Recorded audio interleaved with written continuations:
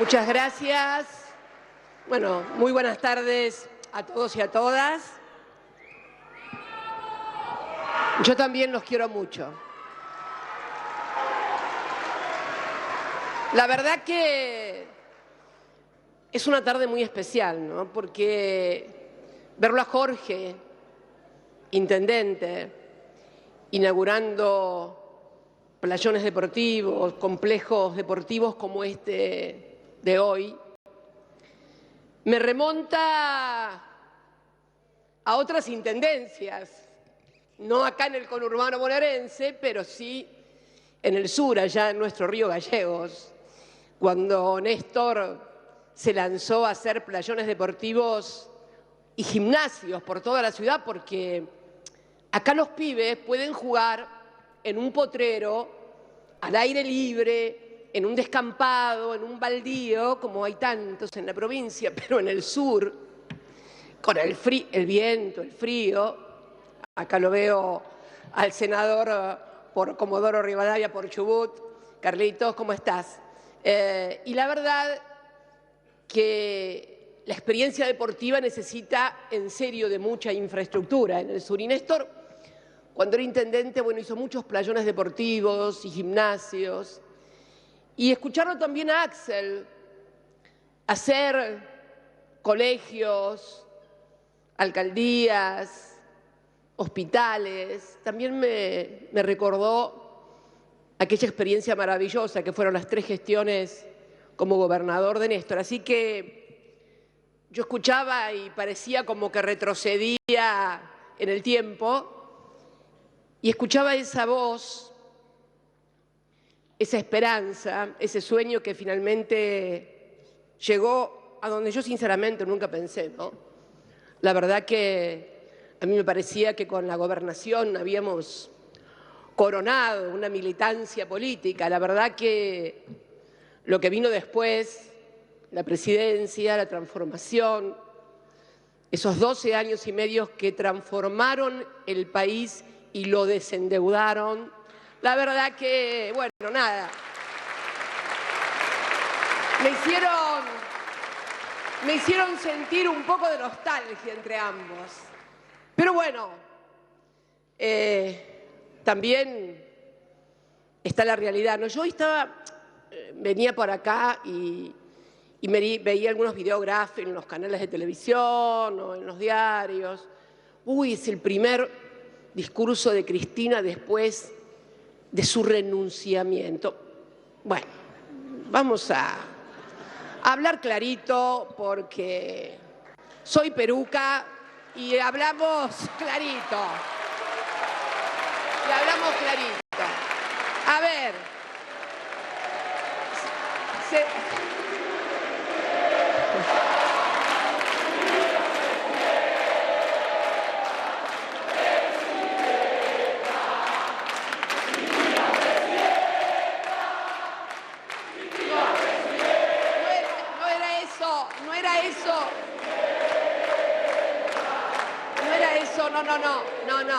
No, escúchenme, no sean malos.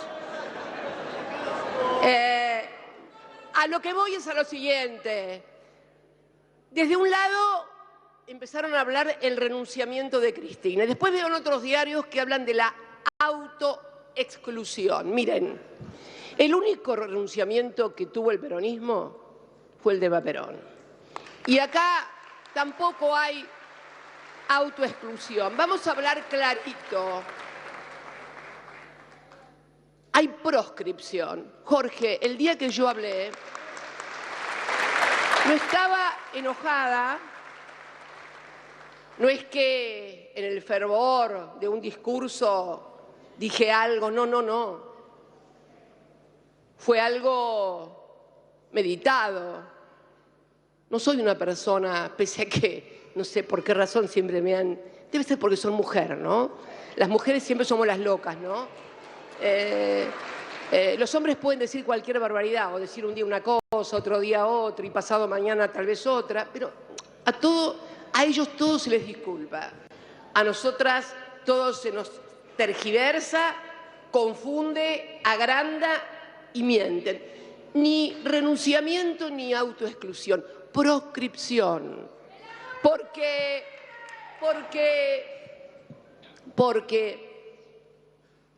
ese procedimiento, esa estrategia de proscripción no es nueva. Yo creo que la comenzaron a pergeñar al día siguiente de aquel 9 de diciembre en el que nos despedimos en la plaza y cantaban Volveremos. Yo creo que ese día empezaron a pensar en la proscripción. Y lo primero que hicieron fue armar un juicio con denuncias, pero con una precisión y una cronología electoral francamente casi quirúrgica. Yo no sé si ustedes se acuerdan, seguramente ningún argentino se acuerda, pero luego de un juicio armado, Ercolini era el juez, y no silbemos a nadie ni digamos nada, de 3 años, decidieron que el juicio oral en el que me iban a sentar en el banquillo de los acusados era el 21 de mayo del 2019. Nadie se acuerda de esa fecha. 21 de mayo de 2019 planificaron sentarme en el banquillo de los acusados, 15 días exactos antes de que cerraran los plazos electorales para armar los frentes electorales en donde se disputaría una vez más la presidencia de la Nación. ¿Saben por qué nadie se acuerda de eso?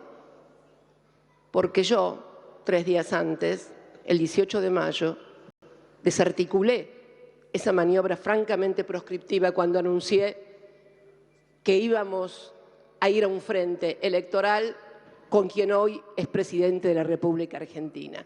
Simplemente por eso, pero era una clara maniobra proscriptiva. Y luego siguió el juicio, que podría haber terminado en 1 año. No, lo estiraron para que llegara el próximo turno electoral. Y el 9 de marzo, ahora, van a leer los fundamentos de la proscripción. Curiosamente, o no tan curiosamente, son esas licencias que por ahí se toma la historia. Un 9 de marzo de 1956, en el Boletín Oficial de la República Argentina, se publica el decreto 4161, el decreto con el cual se prohibía decir las palabras Perón, Evita, y se prohibía cantar la marcha peronista. Sí, en la historia de nuestro país existieron estas cosas. Se prohibía cantar la marcha peronista y decir Perón o Evita. Este es el tema de la proscripción, pero la proscripción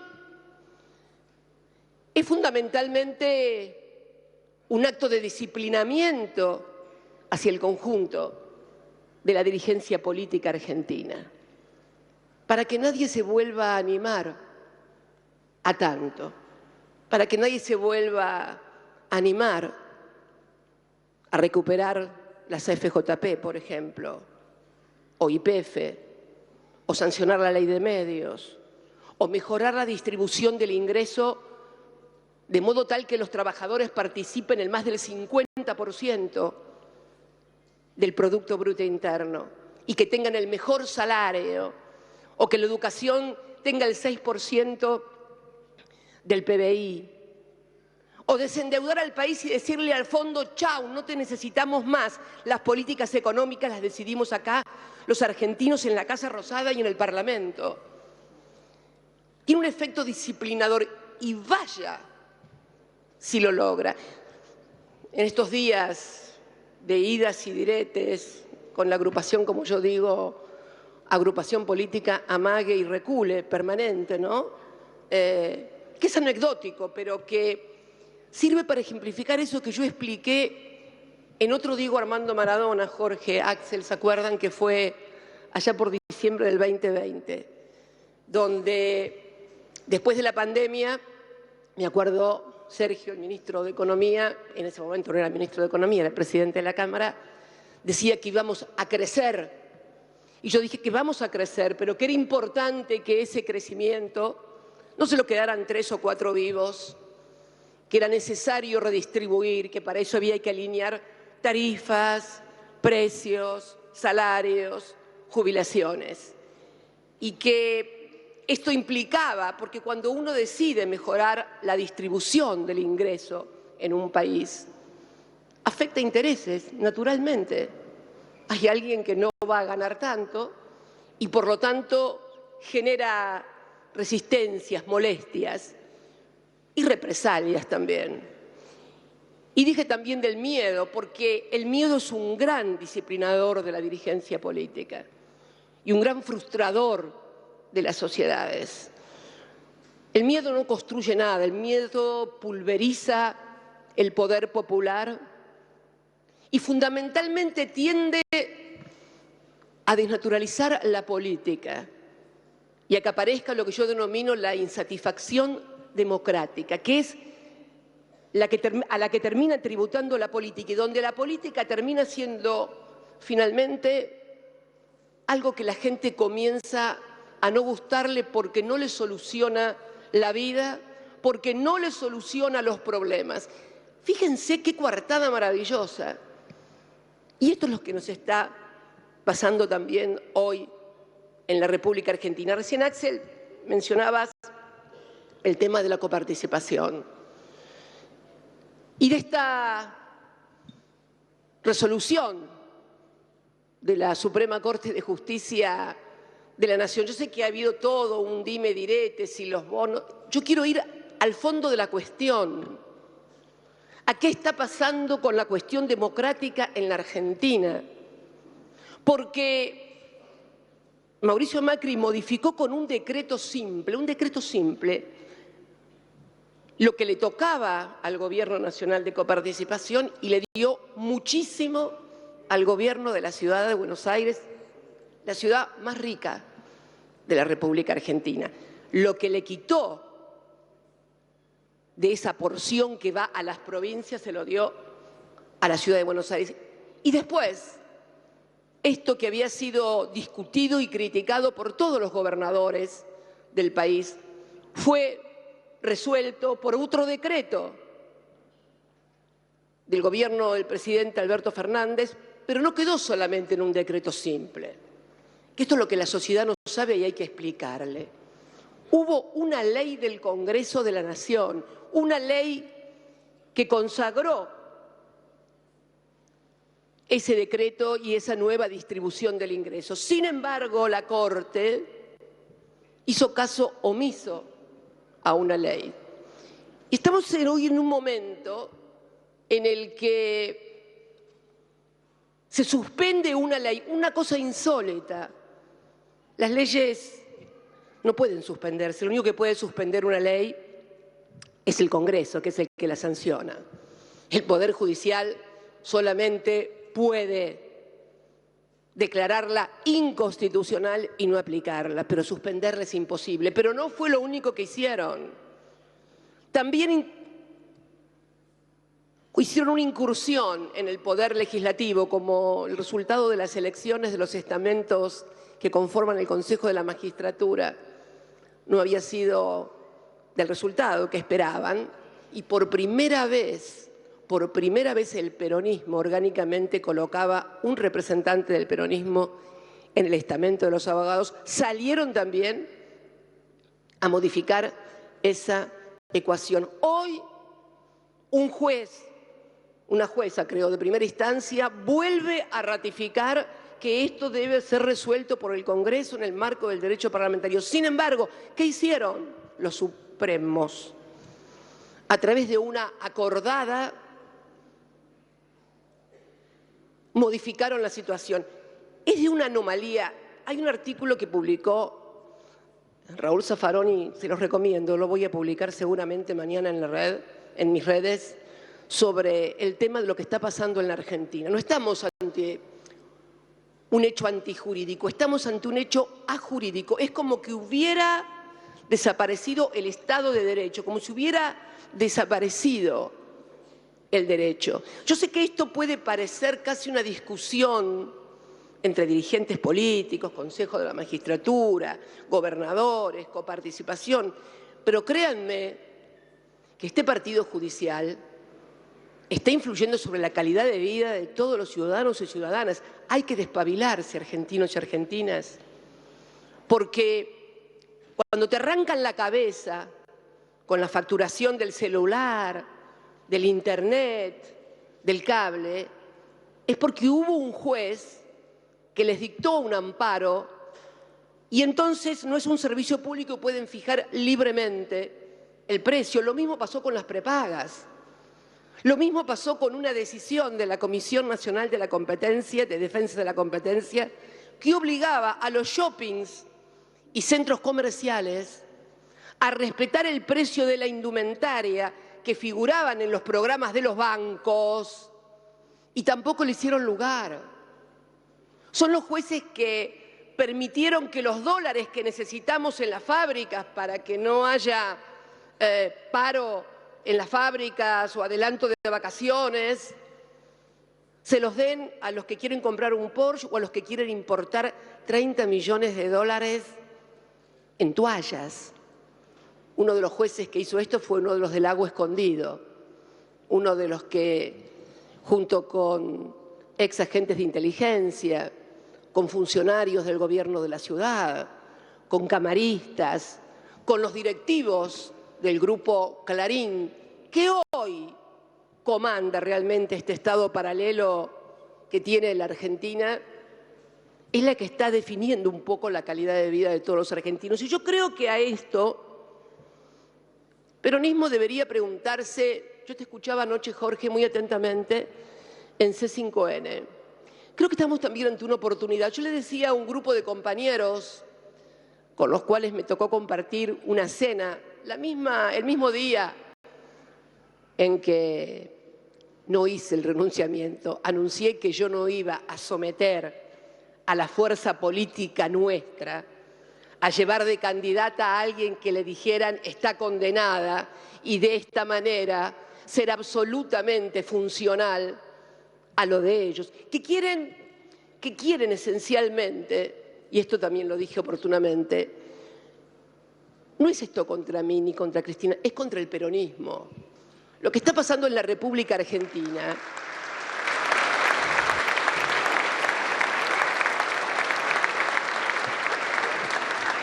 no lo dije ahora, lo dije hace mucho tiempo y lo vemos en esta decisión de la coparticipación, donde le van a dar para la campaña electoral al jefe de gobierno de la ciudad, que seguramente va a ser el candidato de la oposición, le van a incrementar lo que tiene en 6 presupuestos de la localidad de Avellaneda. Yo te escuchaba anoche. Lo que le aumentan significan 6 años del presupuesto de los hombres y mujeres que viven acá en Avellaneda.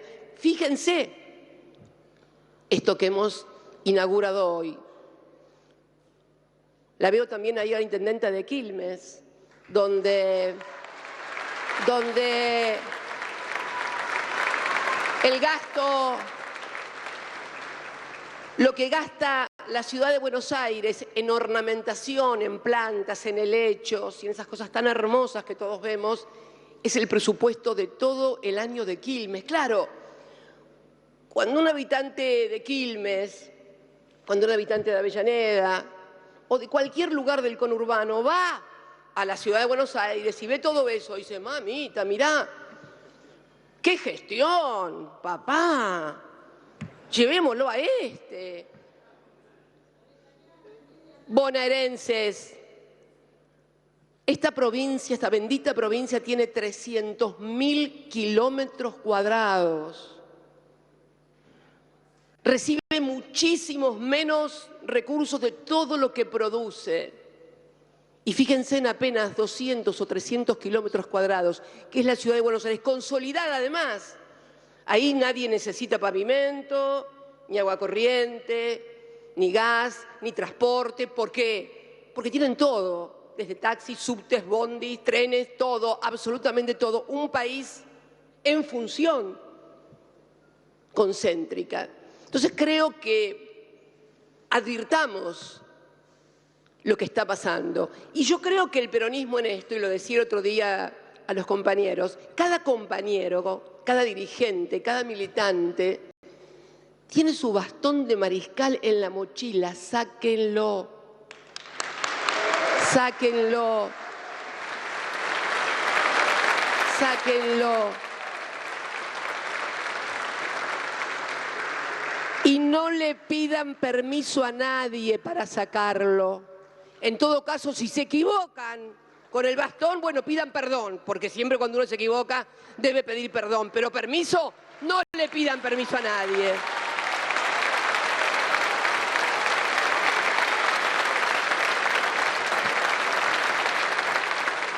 Creo que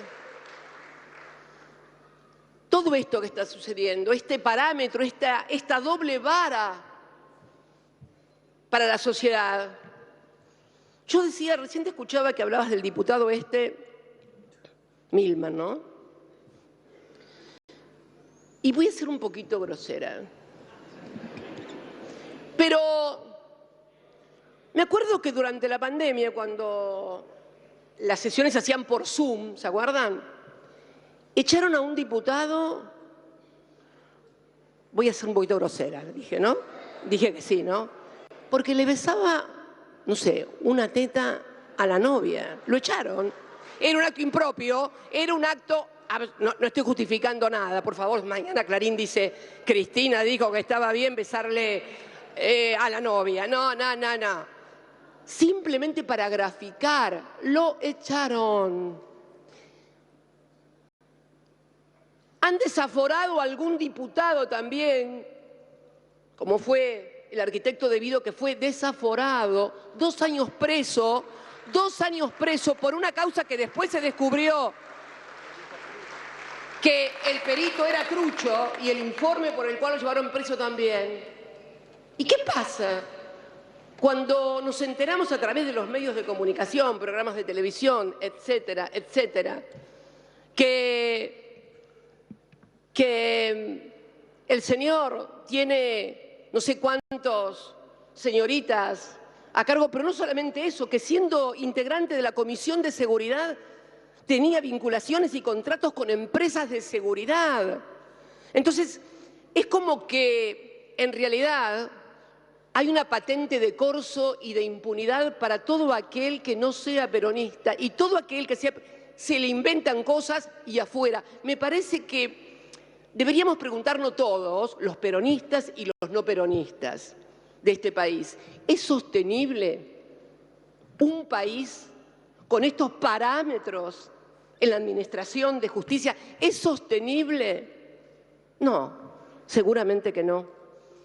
Y que va a exigir de todos y de todas un gran esfuerzo. Por eso decía que es necesario que, más allá de que a todos nos gustan las redes y el Twitter y demás, también salir a hablar y a explicar, a bajar, a tomar contacto con el barrio, con el barro, con la realidad, hablarle a la gente. La gente está ávida de que le hablen y le expliquen. Me parece que esto, no estemos mirando los peronistas para el cielo para que alguien baje mágicamente a decirnos qué es lo que hay que hacer. A nosotros, cuando éramos jóvenes, nadie nos dijo lo que había que hacer. Entonces, me parece que es necesario replantearse estas cosas y saber también que es necesario que pongamos lo mejor de cada uno de nosotros, porque se ha sufrido mucho en la Argentina y hay muchas carencias todavía.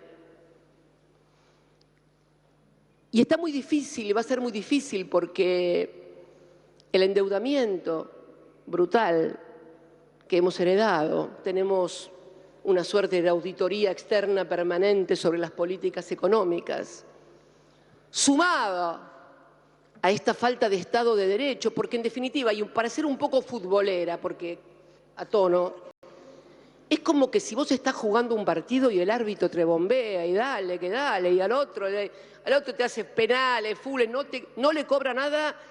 Esto es lo que está pasando. Necesitamos que vuelva a haber un árbitro en serio del Poder Judicial en la República Argentina, que aplique el derecho y que tenga la garantía para todos los ciudadanos y ciudadanas de que todos son iguales ante la ley. Todos son iguales. Esto no existe hoy. Y es grave.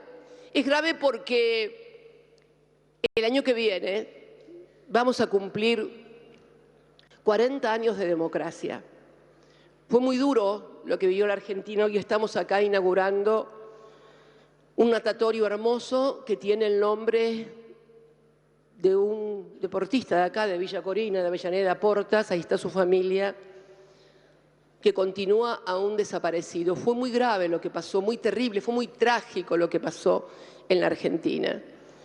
Pero que a 40 años de la recuperación de aquella democracia, hoy veamos a esa democracia con un Estado paralelo, capturada por las mafias, administrada por las mafias, creo que no es justo, ni para los que sufrieron las consecuencias de la dictadura, ni tampoco para los millones de argentinos que siguen apostando a que la democracia es la mejor manera de vivir entre nosotros. Por eso creo que una fecha como la del año que viene, el 24 de marzo, donde se van a cumplir 40 años de la democracia, va a ser una fecha muy importante para que movilicemos a toda la Argentina a partir de una consigna: Argentina y democracia sin mafias. Los argentinos nos lo merecemos. Muchas gracias a todos y a todas.